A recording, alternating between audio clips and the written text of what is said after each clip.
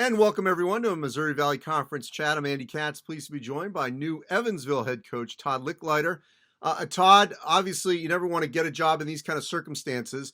First, take us through how this all happened so fast, where Benny Seltzer was announced as the interim head coach, and then it just seemed like, bam, suddenly now you're the head coach and you're coaching a game.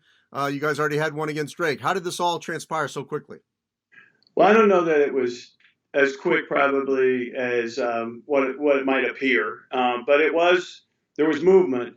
And Andy, as you may know and others know, I was here a year ago, so there's a real familiarity. I knew the players and the situation, the university, and I thought I knew Evansville pretty well before I was here. But after spending a year, I found out it was even better than I had imagined, and I loved it. And so, very seldom do you get a chance to work and almost like have a year-long interview and be so familiar with administration and players and all. So I think that made it a little smoother. And when they reached out, when they saw, that it was going to be an opening, and they reached out, then I didn't have to do any investigation as far as what the program was about or anything, nothing. And they really, I think, were very comfortable with me too. So that probably expedited everything. So what was the main reasoning as to why you left? And then obviously now we know why you had to come back. Well, the main reason, first of all, I had agreed to basically come and try to add experience and, offer suggestions as far as what might be occurring.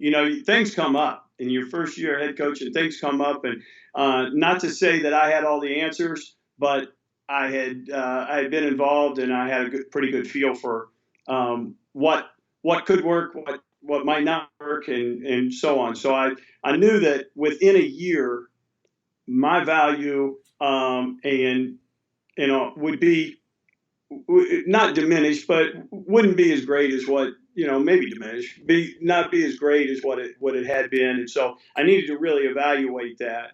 I left a great position scouting for the Celtics because I missed being around a team and being in practice and doing all that. So I was offered the opportunity and jumped on it.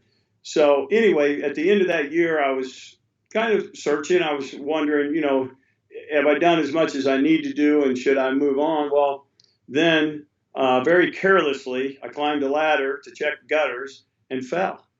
And I had a fairly serious concussion. Fortunately, I had great medical care. And so I started going through the process of healing. And I realized when they released me that I was released, but I just didn't feel like I was 100% and could give the kind of effort that they deserved. And if I was going to retire, I thought my last stop being at Evansville is good for me. So in all regards, I just thought this is the right time to move on and let somebody else fill it that was very healthy. Well, what happened was then, maybe 2 months out, I started feeling great again, and I guess that's what happens. But you don't know it during the experience. So, and as my health was restored and the injury was healed, I got anxious again, wanting to be back in the gym. And it's funny. My wife said, my son said, "Well, we'll throw him a retirement party." She said, "No, if somebody calls, he'll go. He won't stay retired." So we never really officially retired. So Todd, this is obviously a different way to get back in as a head coach, but you've been a head coach at the high level. Obviously, when Butler was, if I'm not mistaken, I think they were in the Horizon League at the time. And then, obviously the Big Ten. So you've coached at a high level. How are you a little bit of a different coach this time around? Well, I hope that you learn constantly.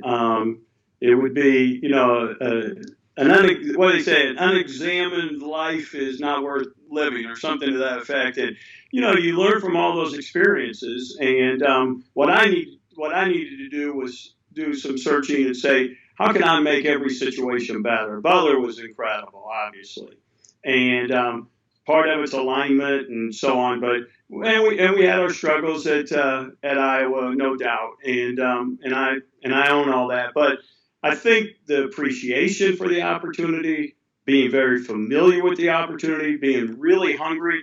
You want to, when you've had something like we had at Butler, you want to recapture that. There's a lot of similarity between University of Evansville and Butler University. Not identical by any means. You can't do it exactly the same, but there are a lot of similarities. And think that our blueprint will be very effective here. And so, like I say, you know that there's going to be a retirement someday, and you sure would like to go out on top. So, we're just going to try to build a really sustainable, strong program here and have that self-satisfaction. And one of the things, Andy, is, as you know, my former staff, there's a lot of satisfaction in, I don't know if it's mentoring or whatever you would call it, just having your former assistants have the success that mine have is really rewarding. So you're not only building a program, but you're hopefully helping staff members and everybody along the way. And believe me, I got a lot of help from them too. Brad Stevens, Laval Jordan, those guys were great to me. But there is satisfaction in that. So hopefully we'll put together the staff that, not hopefully, we will. We'll put together a great staff, and we'll, work together, and people will benefit from our efforts. All right, Todd, last thing here. Early in the season, Evansville was one of the stories of the season with that road win at Kentucky. Been a lot of struggles, obviously, immediately after, and then really into the Valley turmoil. You can't say it's not a little bit of an excuse. Obviously, they have not had consistency in the coaching. We get it. But on the court, in this last 5-6 weeks of the Missouri Valley Conference season, how do you get these guys to recapture some of that competitive spirit and on-court play that we saw early in the season, especially at Rupp? That's a great question, and it's one. This is unique. I don't have a manual for how to do this, but again, I mentioned earlier my familiarity with them. We have a good relationship, and I think there's some trust. So I've been able to watch film now. I've watched them play, and all. And my cry to them is, "You've played really good basketball." It's not like we're hoping to play it. You've played good basketball. You know what to do. Let's recapture that. Let's do the things that helped you early on in success. And now also we've struggled a little bit. It's like you asked me about the career. You learn from all those. So we've struggled. Let's stay away from the things that keep us from struggling or keep us struggling. And now we'll build.